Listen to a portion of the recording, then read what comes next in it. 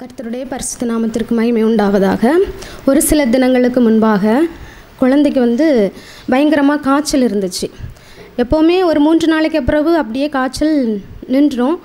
இது என்ன அப்படின்னா, காய்ச்சல் கொடுக்குற அந்த மாத்திரை கொடுக்குற டைம் மட்டும் அதனுடைய எஃபெக்டில் கொஞ்ச நேரம் ஒரு 2-3 மணி நேரம் காய்ச்சல் இல்லாமல் இருக்கும். அதன் பிறகு மறுபடியும் வர ஆரம்பிச்சிடும். நானும் அம்மாட்ட கொடுத்துட்டு நான் ஸ்கூலுக்கு போயிடுவேன். இரவு நேரம் முழுவதுமே காய்ச்சலாக இருக்கும். 3 நாள் தாண்டின பிறகு ஹாஸ்பிட்டலுக்கு காய்ச்சல் மருந்து கொடுத்து தான் நான் கூட்டிகிட்டு போகிறேன். அங்கே போன பிறகு காய்ச்சல் பார்க்கும்போது 103 டிகிரி காய்ச்சல் இருக்குது. அட்மிட் பண்ணக்கூடிய அளவுக்கு சொன்னாங்க. அதுக்கப்புறம் அங்கே மாற்று மருந்து கொடுத்து கொஞ்சம் நேரம் பார்த்துட்டு அதுக்கப்புறவு பிளட் டெஸ்ட்டு, யூரின் டெஸ்ட் எல்லாம் பார்க்கணுமா, இப்படி காய்ச்சல் விடாமல் இருக்குன்னு சொன்னாங்க. நான் ஃபாஸ்டருக்கு ஃபோன் பண்ணி இப்படி சொன்னேன், ஃபாஸ்டர் காய்ச்சல் இருக்குது, இப்படி மருந்து கொடுத்தும் கேட்கல, அட்மிட் பண்ணணும்னு சொல்கிறாங்க, நான் பிளட் டெஸ்ட் எல்லாம் பண்ணணும்னு சொல்கிறாங்க. நானும் சரி பார்த்துட்டு போகலான்னு தான் வந்தேன். கையில் ஒரு பணம் இல்லை. இப்படி சொல்கிறாங்க, ப்ரேயர் பண்ணுங்கள் பாஸ்டர்னு சொன்னேன். பாஸ்டர் ப்ரேயர் பண்ணாங்க. ஒன்றும் செய்யாது, மருந்து வாங்கிட்டு கிளம்புங்க அப்படின்னு. நாங்களும் சரி டாக்டரை பார்த்துட்டு மருந்து வாங்கிட்டு கிளம்பிட்டோம். அப்புறவு நானும் ஏசப்பா நான் சாட்சி சொல்லுவேன், பிள்ளைக்கு எப்படியோ மலை போல் வரக்கூடிய எந்த ஒரு நோயும் கூட பனி போல் மாற்றி தருகிறவர். இந்த ஊழியத்தில் அவள் பிறந்த நாள் முதற்கொண்டு இந்நாள் வரைக்கும் கூட அவளுக்கு உயிர் பிச்சை தந்த ஊழியம் இது.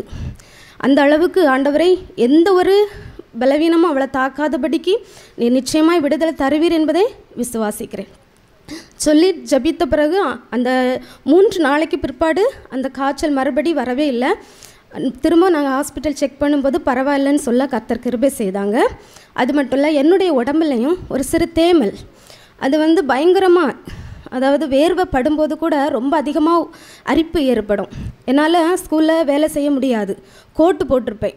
ரொம்ப சொட்டிங் ஆகும்போது நல்ல அரிப்பாக இருக்கும். கிளாஸ் எடுக்க முடியாது. ரொம்ப கஷ்டப்படுவேன். மருந்து எடுத்தேன், அதுலேயும் குணம் ஆகலை.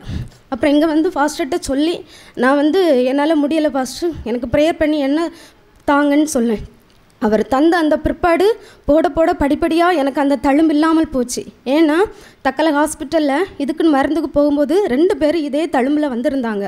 சொன்னால் அது கட்டுக்குள்ளே ஆக்கலாம், பட்டு அது மருந்து மாத்திரையில் கிளியர் ஆகாதுன்னு சொன்னாங்க. ஒரு சில பேர் என்கிட்ட காமிச்சு கூட தந்தாங்க, இந்த மாதிரி இருக்குமா, எனக்கு அரிப்பும் கூட இருக்குன்னு. ஆனால் நான் இப்போ மருந்து மாத்திரை எடுக்கலை. இயேசு கிறிஸ்துவின் ரத்தம் மட்டும்தான் என் சரீரத்தில் போட்டுட்ருக்கேன். எனக்கு கர்த்தர் விடுதலை தந்த கிருபைக்கு கொடான கொடி ஸ்தோத்திரம். எனக்கும் குழந்தைக்கும் அற்புதம் செய்த தேவனுக்கு கொடான கொடி ஸ்தோத்திரம் சொல்லி சிறு சாட்சியை முடிக்கிறேன். ஆமென்.